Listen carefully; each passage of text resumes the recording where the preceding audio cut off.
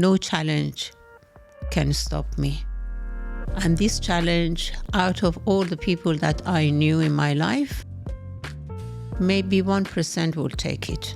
The rest of them, they sit back, they continue their lives as they felt that is their safety zone, which was not. So it made you kind of a better risk taker, better at reading people around you, and also very determined to be well and do well in life. Your heart and your soul is your greatest strength. Your entire being is your greatest strength. I could say a lot more, but... Just experience various things in life, finding new friends, and maybe deleting some.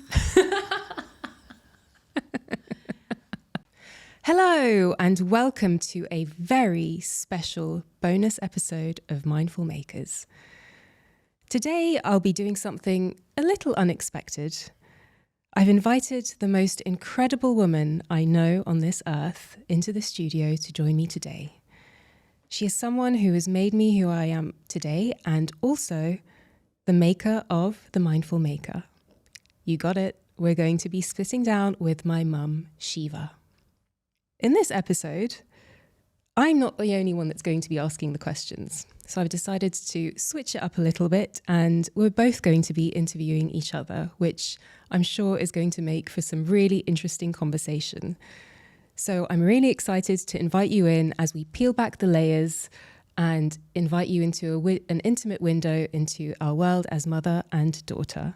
You can expect laughter, maybe a few tears, and also a sprinkle of Persian. So settle in and join us for a journey like no other.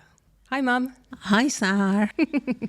Welcome to the studio. Different occasion for us to sit together and start the conversation. I never thought we'd sit in a studio, in this particular studio together, and have a chat, and that you'd be on the show. I'm so excited. For me as well, and it's such a privilege to be interviewed and to have a conversation with you in open air. So my first question is, what was it like to be a child in 80s and live with a single mom? Okay. What was it like being a child in the 80s? It was amazing. I really, really loved it. I think when I look back on that era in my life, there was just so much joy. There was a lot of colour. There was a lot of great music. Culturally, there were so many great things going on in our lives. So I'm so grateful to have had that opportunity and exposure in that particular moment of time in the planet. It wasn't easy. There were lots of hardships. Obviously, you know, you guys were separated from a very young age, and you raised me by yourself, and you had a very long, drawn-out divorce, which was scary as a child to witness. So I think there were, I'm not going to lie, there were lots of hard times and sadness as well. But I also remember it making us so close to each other. You know, you were my best friend in that particular moment of time. And even when you were working late and you were tired, I was just always so excited to see you at the end of the day. And every hug you gave me just felt like the world was like alive and happy. So yeah, I feel like whilst single parent it was different. So I felt like, there's something different going on here. But I really enjoyed it. I enjoyed the moments with you. Great. Yeah. So to compare with the children that they had both parents, did you feel that you lacked something?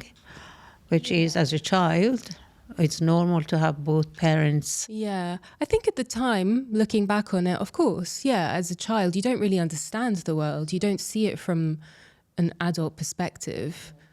I definitely felt like there was something missing. But at the same time, I will say, I also felt incredibly nourished and loved. And I think that was also because you had this incredible ability to build a community around you that brought in a lot of support. and, neighbors, friends that became like family that would look after me. And then we had grandma and granddad that would come and stay with us for 6 months a year. And, grandma kind of raised me as well. I feel, and that side of my life was incredibly rich. So I don't feel like I lacked, I never felt like I lacked love. I just felt like there was something different going on that didn't fit the system that was around me, that didn't match everyone else's life. But, it was very special. Absolutely. Yeah. I'm glad you feel that way. Yeah. I'll ask the next question then. What was it like growing up as a child in Iran? For me, I think I was privileged to be born in Iran and raised in Iran. The community, the culture we have is very much different, I may say, from any part of the world. We were born into a family, not to a parent. So we were surrounded by a lot of all family or relations, and even neighbors and friends of the neighbors, etc. So as a child and as children in our family, we grew up being surrounded constantly since the day we were born with all family members, neighbors, friends, whoever walked into our life, it was a part of the family. For that, it nurtured me tremendously, and I grew up to feel that it's totally normal to be surrounded with different people, regardless of their age, regardless of their occupation, regardless of anything. It was just number of people that we were surrounded. And for me, that is the biggest blessing in my life, because I grew up and that how I carried on, feeling it's normal to be part of the whole global world rather than individually looking at people and deciding or judging who to come into my life or not. Yeah. And that I carried on, and it really enriched me up to this age. Which it's for me is a privilege to meet people, strangers, people that I know, and just look at all people with the beautiful eye that they are also unique in their own way. Yeah. And that's my blessing, Yeah. to be born in Iran. Yeah. And I hope you also experience some of it, not to be in Iran, but to be surrounded with a similar culture. Yeah, I think you were very good at implementing that vibration in our lives from an early age. For me, I remember the house always being very busy. I remember people constantly coming over for dinners, and it felt like there was always a warm atmosphere of busy bodies, not like nosy people, but like busyness around us.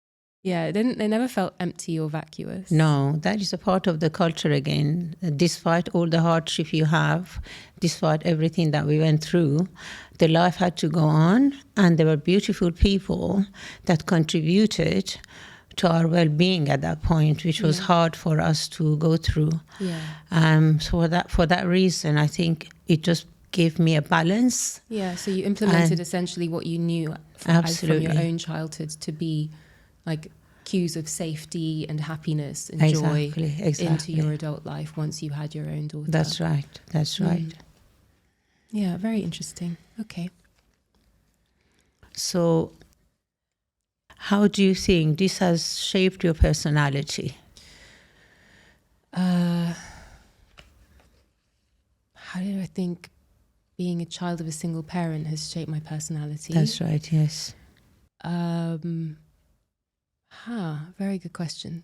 Well, seeing you be so inclusive and open and welcoming with everybody, and working really hard at the same time to help us survive and grow in the world and succeed in the world, I think instilled me with this sense of determination, independence, and sense that even the most hardest parts in life you're able to overcome them. That's right. The important thing is the company you keep, the people that are around you, and asking for support when you need it. And that's correct. I think I only realized that later in life, the support factor. I think up until very recently, the independent side was very predominant in my life. So I felt like one must be independent and rely on yourself and be strong. And now, with a lot of self-awareness and a lot of work that I've done internally, I realize it's about a balance. Absolutely. And that, you really can't do things alone. As much as you'd like to, it really helps to have the right kind of support and be able to ask for help.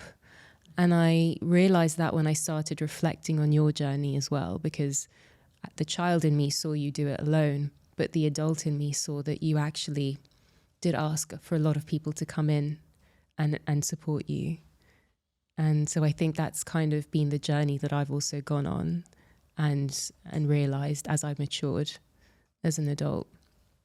I think it also shaped me in a way that made me very close to you and paid very close attention to everything about you, because I was very inspired by your sense of fashion from a young age. You always took really bold risks with your fashion. At the time, it was the 80s. I still have a lot of your jewelry and I wear it. I still wear your clothes, actually. Exactly. I am still. You are still. A wild child. I mean, guys, this woman has the funkiest Christmas shoes I have ever seen in my entire life. There's Santas on it, baubles on it, Yes. You instill that sense of adventure 100%. With fashion. Yes. And also with music. I remember being in the car with you and we always listened to music, and I think you channeled a lot of your emotions through music, singing, whether it was like a sad song or a happy song or a reflective song. So you pay a lot of attention to like the vibe and the lyrics, and it's just it was that side of you that instilled this colourful music lover side in me. So yeah, I mean, God, there's countless ways. I could write a whole podcast on how it shaped me as an individual. But yeah, we've only got a certain amount of time. So I hope that answer was helpful. Sure, it was great, yes. Life is always full of fun, regardless of what happens and what we go through in life. But I think there is a purpose for us being here, to love and see all the beauties in life that God has granted us to have. And go through it. I think all the challenges become minor challenges, regardless of what they are, as long as much as they're overwhelming, but there is a balance. Yeah. And also I believe in the supreme power. So that's why I never felt alone in life throughout my life, with people and who walked through our lives and made it happen. Yeah. And I could have never done it without any of them, including you, being part of the strengths. Yes. Sure. Okay. Next question for me to you is, what was your most favorite part and memory of your childhood? Beautiful trips that we had for summer camps, vacations. We were blessed to be in Iran because we have such a beautiful nature and surrounding. So it was so beautiful to look forward for a summer holiday for camping. And our camping, it was not only for few people. It was just masses of people. For example, we used to go camping 40, 45 people. Wow. All the neighbors of it's the like neighbors. A mini festival. Exactly. It was a festival, but in beautiful nature that we used to camp and literally spend the whole summer. Oh. And the playground, all the adults, children, everybody joined in that joy rather than only being excluded for children or middle-aged or elderly people. And also for any occasions like New Year, Iranian New Year, Eid al-Nowruz, we had to wear our beautiful clothes and shoes and sparkle and waiting to go to different houses to greet them for New Year and eat as much as sweets and to be treated. Nowruz is a fantastic That was time. really, really nice. Yeah, Nowruz is a very, very special time. It marks for those listeners out there, it marks the beginning of the Persian New Year. Yes. And it also marks the spring equinox in the Northern Hemisphere. And to experience it in Iran is magical because nature just really comes alive, doesn't it? Absolutely, yes. I remember, I have very fond memories of Nowruz. It's a very magical time. Absolutely, yes. Beautiful. Okay. What was the most favorite part and memories of your My childhood? childhood growing up? Growing up. Oh, yes. Great. Oh, juicy. Well, first and foremost, just cuddling with you on the sofa, watching telly. I really liked watching Christmas films. I was obsessed with Mickey's Christmas Carol. I remember I used to watch it like over and over again. And we had a fireplace in the house and the tree was up. And we always had a very funky tree. Like memories of Christmas in the house were part of my favorite. And I think that's why I still love Christmas so much to this day, because it just brings back this sense of warmth and love and coziness. So that's probably one of my favorite memories. Traveling with you was always really fun. I remember the first time you took me to Paris and my first interaction with the French culture and food and everything was just like blew my mind. It was just, I'd been so used to living life between Tehran and London until then, and going to Paris was just another world. So I loved the way that I would experience the world by your side, but also through your eyes as a child. And then when Grandma used to come and stay with us, she would recount these ancient Persian stories to me, so I would fall asleep. And we had this like sheepskin rug on the floor by the fireplace. Yes, it was massive, and I always wanted to sleep on there with her on the floor, cuddled up by the fire. And she would tell me these stories, and I would just get lost in this world of mythical like beings and people that would have picnics under the sea, and it was always like these fantastical stories that had a great moral to them. So I really love those memories of my childhood. Traveling, lots of love, dancing. Oh my God, the parties that we used to have in the house. Wild parties. You knew how to throw a good party. That's right. I think like for any occasion, it's a Tuesday, let's have a party. Exactly. That's part of the culture, which is so enriched and is magnificent. And all the characters that would come, your friend from Morocco who would like the belly dance. Lawyers and architects. Yeah, all the different people that we were so, wonderfully surrounded by. But I think that also instilled this sense of how joyful it is to dance through life. And I was always the first one to get up and dance. Yeah. And still do. And still do, yeah. Haven't stopped since 1983. No. Oops, gave away my age there. Yeah, okay. What was your least favorite part of your childhood? I may say not a least favorite, but the circumstances and lifestyle was totally different than what it is today. For example, we did not have a system that we can call whoever we wanted just to have a chat or to find out what they are doing, especially those that are not near us. So for that, we had to make an appointment to go and make a phone call with the telephone companies. And the only line of communication we had was writing letters. Even telegram was very rare those days. And later stage became fax, etc. But that was when I was really grown up and I was already engaged in working. So that was what was missing. And also we were not exposed as children growing up to all the information that is currently available for children, which has got a side effect of it, which is not very nice, disadvantage, but it has got a lot of advantage to grow as a child, to have more information about life, about generally what's going on globally. So the only access we had was basically listening to our parents or to our relations we had, what they knew, what they discussed, and we were part of that.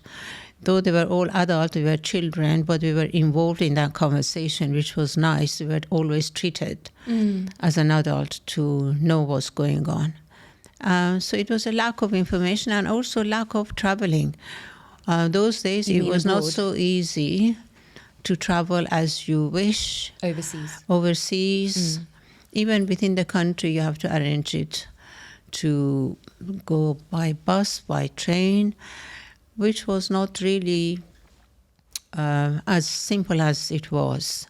As today, I mean, you can close your eyes in 5 hours, you're in a different part of the world, which is a blessing, really, which we did not have. But nonetheless, being in that community, it fulfilled us a lot. So when we traveled, even not a great distance, we were full of joy and pleasure to experience a different environment and really indulge to it. Yeah, I think I agree with you. I think we have so much more access to information now. Absolutely. And to perspectives on life and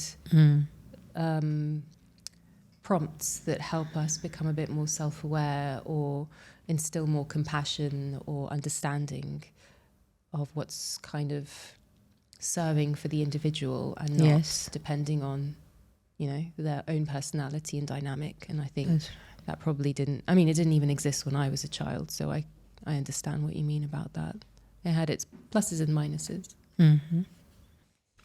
So what was your least favorite part of your childhood?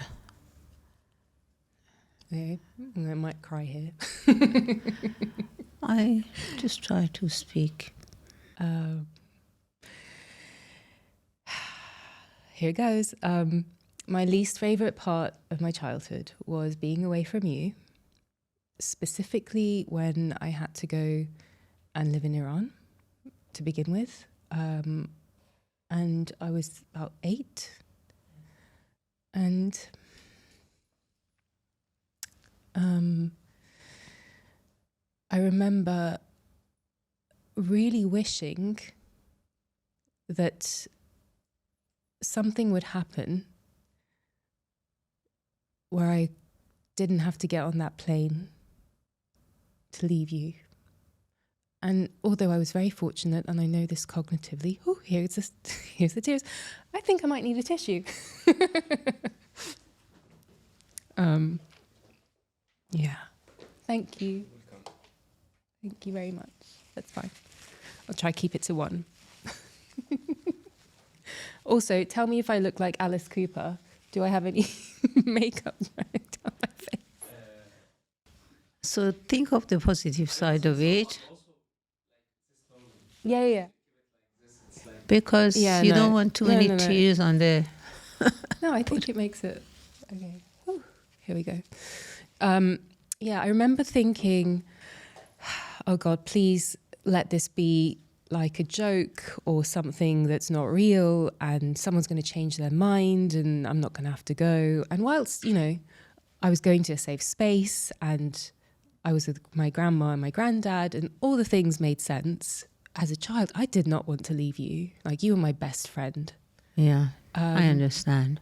So that was my least favorite part. But I also see how it really enriched a lot of other parts of my life. So I'm grateful for it, but I still feel for that child, you know. I feel her love for you. Yeah. So you can embrace that child and all the time make sure that child's suitcase is ready to continue with you wherever you are. That is I think, the healing process of when you look at that child and makes you less favorite time of your childhood. So that be present with that child and stand in front of her and just tell her, now I'm here. You've got 10 minutes to pack your case and we are going. And you take that child with you, no matter where you go. Yeah. And that child always will be with you, because now you're looking and you are the one showing that you are her champion. Yeah. And you carry her with her suitcase. If she doesn't want to come, then you can tell her, you can stay there. I come and visit you as much as you want. Yeah. But I would prefer that you pack and we go. That is my priority. And that is the reason I have my childhood picture in my bedroom wall. Because every night I sleep, I see how beautiful and how vibrant she is. And I am just telling her how proud I am of her. Yeah. And she's with me. And she should be proud of me. Of course. And for that reason, as hard as times are in life, as long as you embrace your achievement and who you become, Of course. then that child should be acknowledged and to be part of the whole process, Yeah. not to be separated. No, never. From never. Yes. There was always a sense of carrying and embracing the inner child and loving her. I think the thing I'm trying to get at here is, as adults, we're able to process a lot of this stuff with our brains and understand it on a rational level. There is this softer, more emotional connection to something that at that time felt like a trauma. Yes. And really was for that child. Absolutely. But still has its own journey, and I've made a lot of peace with it now. That's right. And I think that's probably why I feel more comfortable crying about it, because That's right. that be strong element in me that spent so long pretending like she was not affected by it as much has gone now, and I'm embracing the side that says, yeah, it was a bit shitty. It was quite shitty to not be with your mum, and now I think that's also coming back to it, why I wanted to move back to Dubai though when I was an adult, because I could have stayed in London and there and continued my life there, but I reflected very deeply on what I would like the story of my life to look like in the bigger picture as an adult. And I said, right, we missed out on a chunk as a mother and daughter when I was a child. Small chunk, but still significant. And then you were always so busy with work as I got older, as a teenager, and rightly so. I mean, you were working with Dior and you were in Oman, and then we moved to, we moved a lot, and you had this great career. Yes. And then I went to university, and again, I was away from you. So I thought, I want to have a great chunk of our lives together where we are with each other and in the same city and having those joyful memories. So I think that was kind of the service that the inner child did me. Yes. she drove me to do that, and I have zero regrets about that. It really It brings so much joy to my life to live in the same city as you. For me, there was no chance of falling back and looking back. I never looked back in my life. And whatever happened, I believed it is for my highest good. Of course. And I made it happen, despite a lot of friends basically arguing with me that why I take this step, it's not a normal one, and maybe doubting my motherhood. Never doubt it. Never doubt it. If I can do it again, maybe if I had the knowledge and experience I have now, maybe it would have been different. But at that time, I made the best decision for you and for me. Of course, it has got a lot of rocky road, but looking back, at least I knew that you were protected, you were supported, and you went to the best education that I could provide. Yeah, it was in London, school. I couldn't have done it. Yeah. And I couldn't have even be as attentive as mother as I would have liked to, because I was facing so many challenges on a daily basis for a very long time. I know. And for that reason, I think, looking back, I think that was the best decision I made, as hard as it was, but it paid the price for our journey of making sure I can be away from that environment and I can bring you to a life that is more stable. Of course. And that was the time that basically I was offered a job to go to Oman, basically to leave Dubai and go to Oman with a job that was totally unknown with the environment that I was going to. But as I am a risk taker, it worked beautifully because it provided us the security and nurturing of the people we worked with, your school, which was magnificent. And also it was a peace haven for me. After leaving London with all the life and challenges we had, it was so peaceful for me. It was like for me to regain my strength. And it really helped me a lot. And it just ended up from Dior in Oman, coming to Dubai, taking over.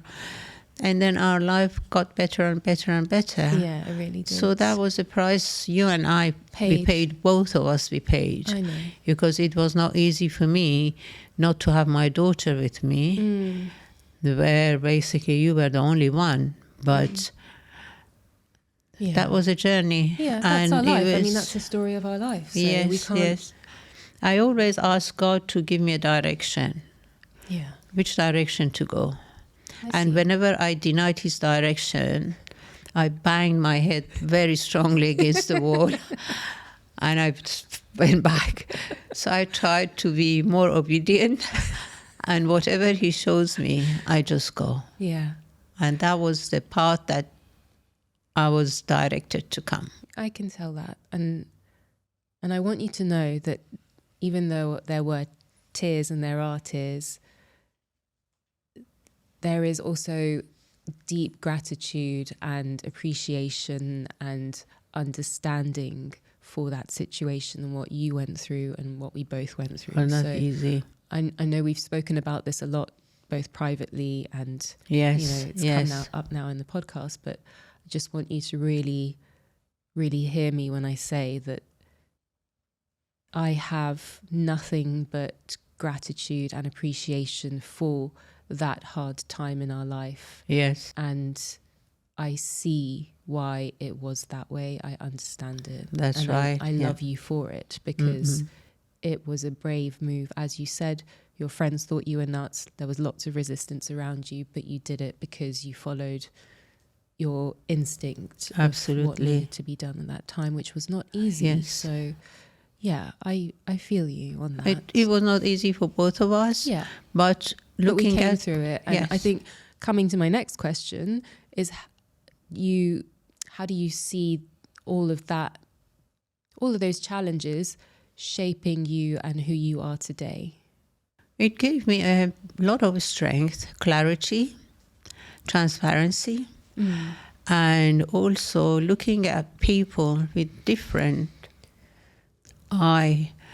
Not that everybody you think they are your friend, including relatives. And though as hard as it was at that time, I think that was the grounding base for me to realize, in a way, not to rely on too many people that you trust fully because of how you are. You put your trust on them. So in that challenging period, I really sift through real friends, real human being, and the false one, which they show themselves very quickly. Yeah. So that is my strength when I look back now. And going through that challenge, then you and I, we went together because it's not only my journey, it was your journey as well. Yeah. It could have been much easier if people were more humble and understanding, not so revengeful or bitter. But at the same time, that made me a person that no challenge can stop me. And this challenge, out of all the people that I knew in my life, maybe 1% will take it. The rest of them, they sit back, they continue their lives as they felt that is their safety zone, which was not. Yeah. So it made you kind of a better risk taker. What I'm hearing is better risk taker, better at reading people around you and knowing instinctively where to place your trust and your faith, and also very determined to be well and do well in life. Absolutely, to be myself. Yeah. And never ever bend for anybody's rule. Yeah. And never hesitate to believe in myself and my faith and my God. You are the gift. My lifestyle is a gift. The journey of my personal life and my professional lives have been a gift. Looking back on your 20s and 30s, what would you do differently if you had the chance? 20s and 30s. Yes. Great question. Okay, well, first and foremost, I would like to probably say that I don't have any regrets. I have a lot of compassion and love for the Sahar in her 20s and 30s. And I can see that everything and every decision and every feeling and every experience really brought me to where I am today. So there are no regrets because I am where I am today because of her. And I carry the 20s and 30s very much alive in me all the time. But I would probably tweak things slightly and speak to that version of myself, again, with kindness and compassion, but tell her that there's no need to take things so seriously.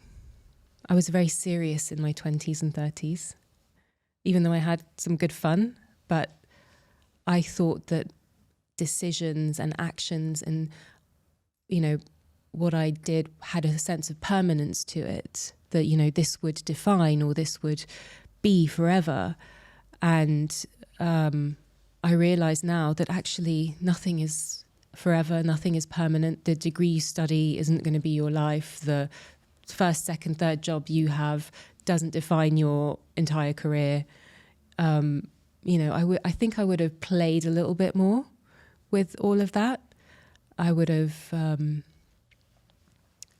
I'd tell myself to definitely not care about what people say or think or give you opinions about in your life, because they are not walking in your shoes. They do not know your life story, and actually nobody remembers, so it doesn't really matter in the long run.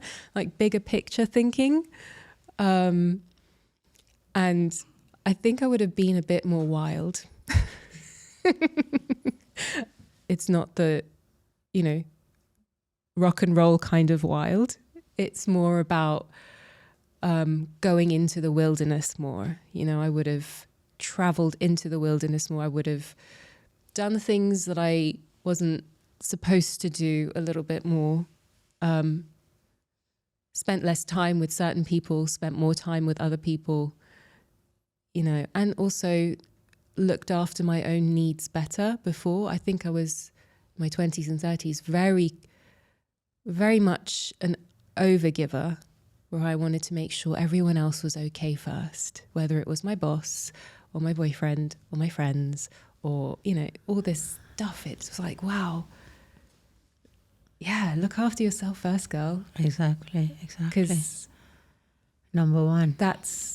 That's where you're going to be able to draw on your strength and be better in the world and do more, instead of feeling like tired and depleted. Mm-hmm. But yeah, wilderness, I would have gone into the wild. Why not?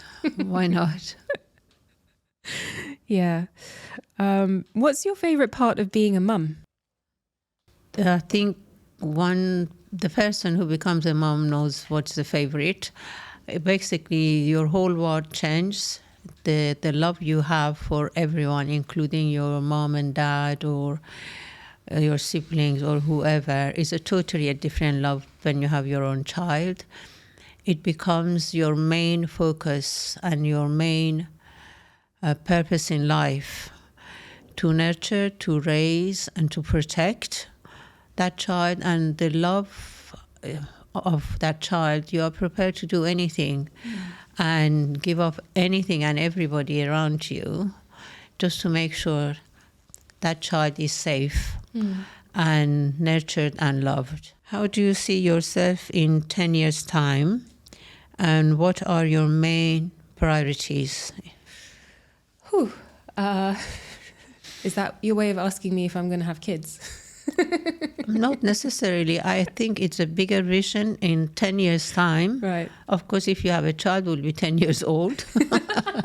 That is different. If I have it now. But I'm looking at the whole picture of life. You're like asking bigger picture here. Bigger picture, your vision. Vision. Your vision. Okay. Well, globally. We'll talk about some of those off camera, because I'd like to mention those to you privately. Okay. But I'd say bigger picture, we're talking about, I have this huge love affair with nature and being in nature.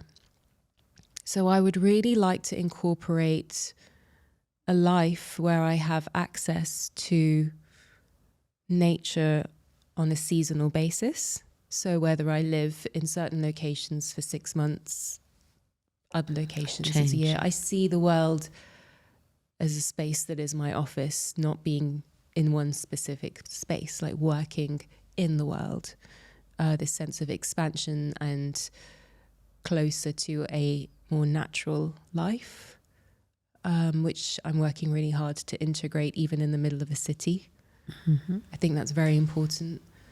I have hopes that I'll be living in a world where you're married and getting on the back of a Harley Davidson and touring Europe with your husband. Senior cruise ship. And going on some really fun cruises. Yeah, so that's a vision that's come to me a lot. And a world that's peaceful. Yes. A world where there's more kindness and compassion. Yes. And I'm able to build on this skill that I have of creating connection and feeling in society and in community, and expand on that, both creatively but also in ways that serve humanity. Yes, great. And I always have said this quite a lot, but I do have a lot of love in my being and in my heart and my soul. And I believe that there's many ways as a woman or as an individual to share that with the world, to communicate that and to help that be felt. So I'm looking forward to expanding on that and many other things, but we'll take them offline. If you could go back and give yourself advice when you were in your 40s, so my age, what would you tell yourself? I would tell myself, really don't take people seriously. At that time, I was maybe naive and not so much experience in people's psychology. But later I realized if I go back, there are a lot of bullies around. Right. And those who are weak characters, which is proven over and over again, those have a weak character. They usually hold on to strong people because that is how they are fed. And the result of it, the strong person is giving and the bully is taking, not to give into people with a weak character or even looking at their direction. Right. And just give it a miss because they belong to a different world. Right. And for me, They're not your vibe. Not good vibe. And that I would avoid. Being a friend, being a relative, being a close member of the family, not to basically give in. And then not to be bullied and not to doubt myself. Doubt yourself. Yeah. Because they are very good at taking that self-confidence away from you. Whether it's in professional life I experienced, in personal life and social level, if they feel that softness and purity in you, they take advantage till you crash. And once you crash, they feel stronger. And this is what I would not to give in to them and instead have more parties and fun with those people that are light-headed. Yeah. And enjoy life. Nice. And that's it. Yeah. And those people dissipate and they just disappear. Okay. That is, and give more love, maybe find few lovers on the way. Definitely. 100%. 100%. And then, you have a lot of love to give. Share it. And fill up my time with those people that can love and I can give love. Yeah.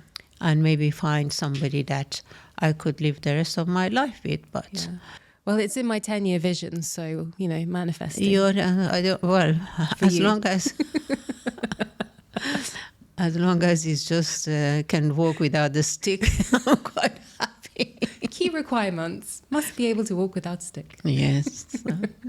Okay. Dancing my way. Dancing your way to my senior life. That's it. Okay. That's it. Next question for me. What do you think is my greatest strength as a mother? Everything about you is your greatest strength. You are a strong woman. You are very loving. I think your heart and your soul is your greatest strength. Your entire being is your greatest strength. There's not one thing I think about you that I think that's not her being strong. You've shaped my capacity to love and love abundantly. That's because of your heart and how much you're able to give. I know that we've discussed the downsides of giving, but I also think it's important that we talk about the positives of it because it is a strength. And even our emotions, I think your emotions have also been your strength. 100%. They're not always a weakness.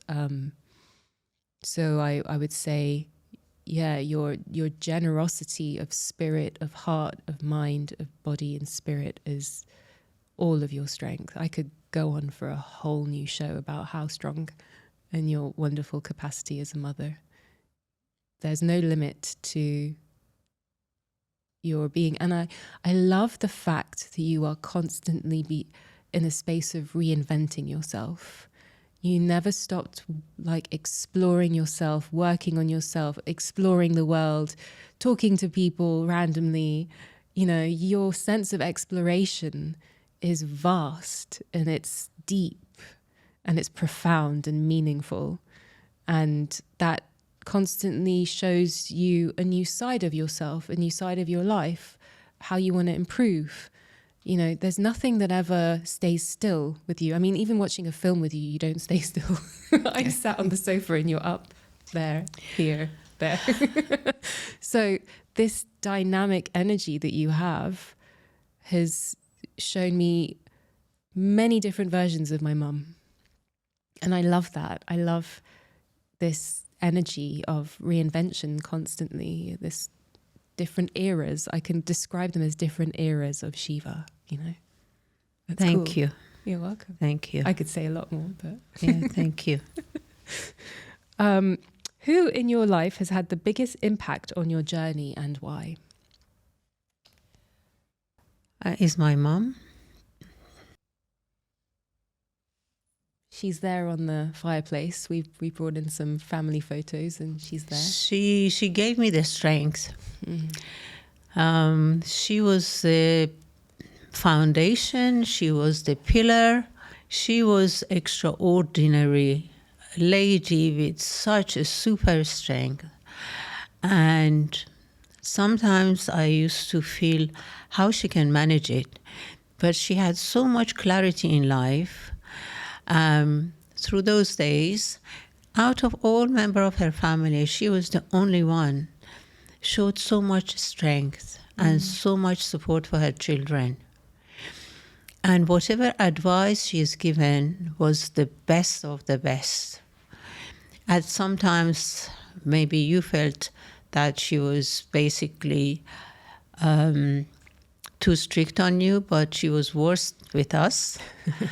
And I got the soft, strict version. Oh yeah, but when I look back, what she did was the best that she could have. Her advice were a gold mine. Yeah.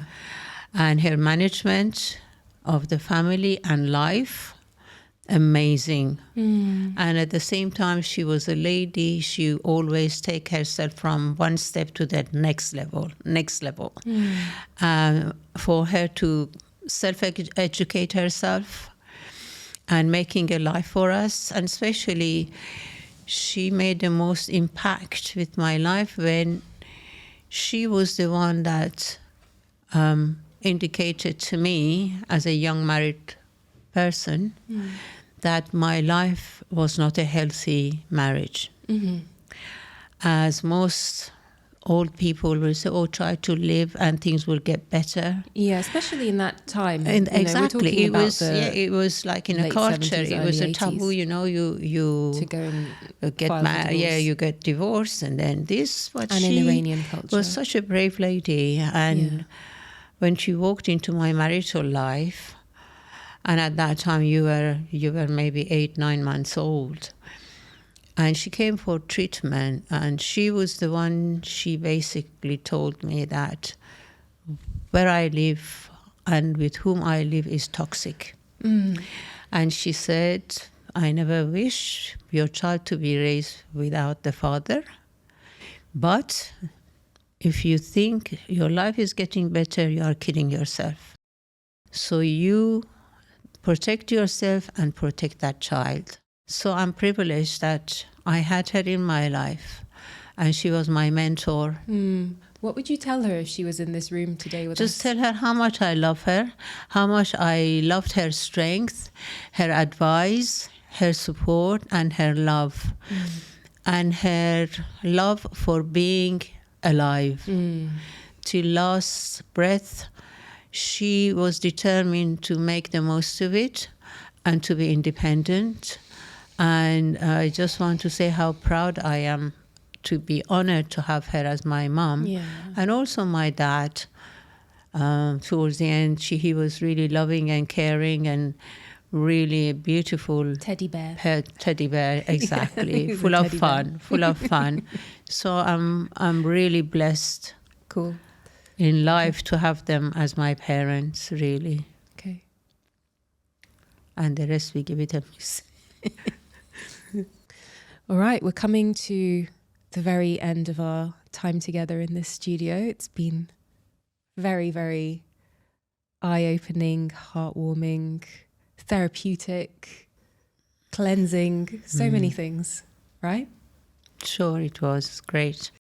I want to know, my last question for you is, what are you most excited about for the future? For the future? Yeah. Live life to the fullest I can.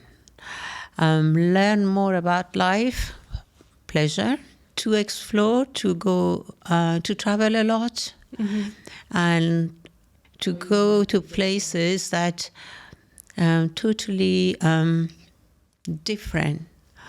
Being part of the big city with all actions going on, and then going to the wilderness, and then being surrounded by farms and beautiful people, beautiful friends that I will make easily, and just experience various things in life.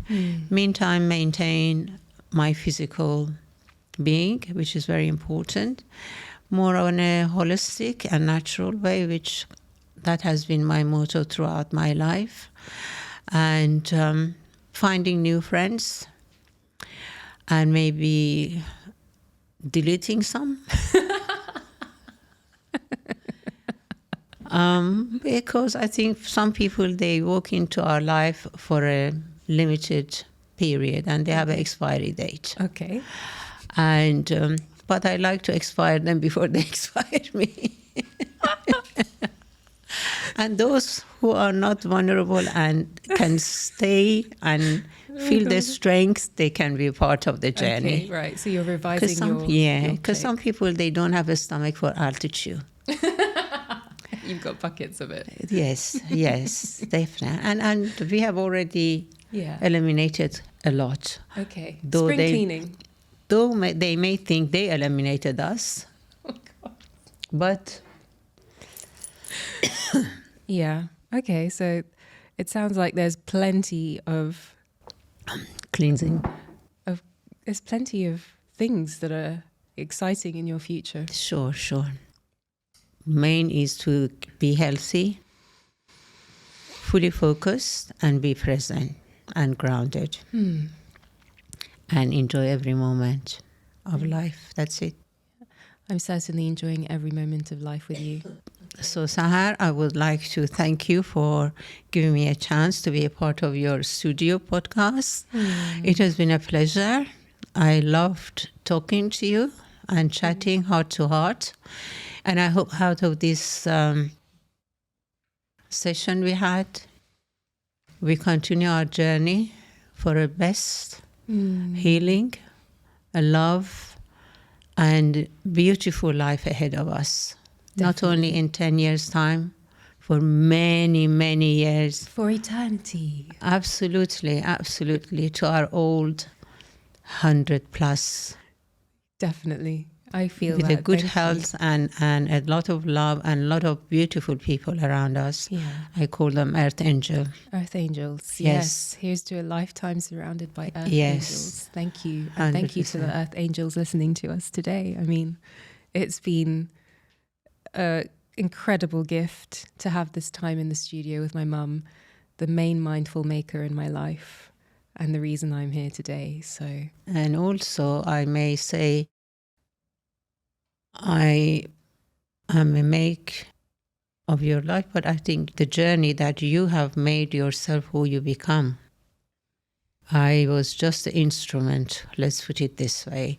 The rest of it, it was you made the mindfulness of your life, and you became who you basically made yourself to be. Yeah. And I was just on the side, just maybe a little push.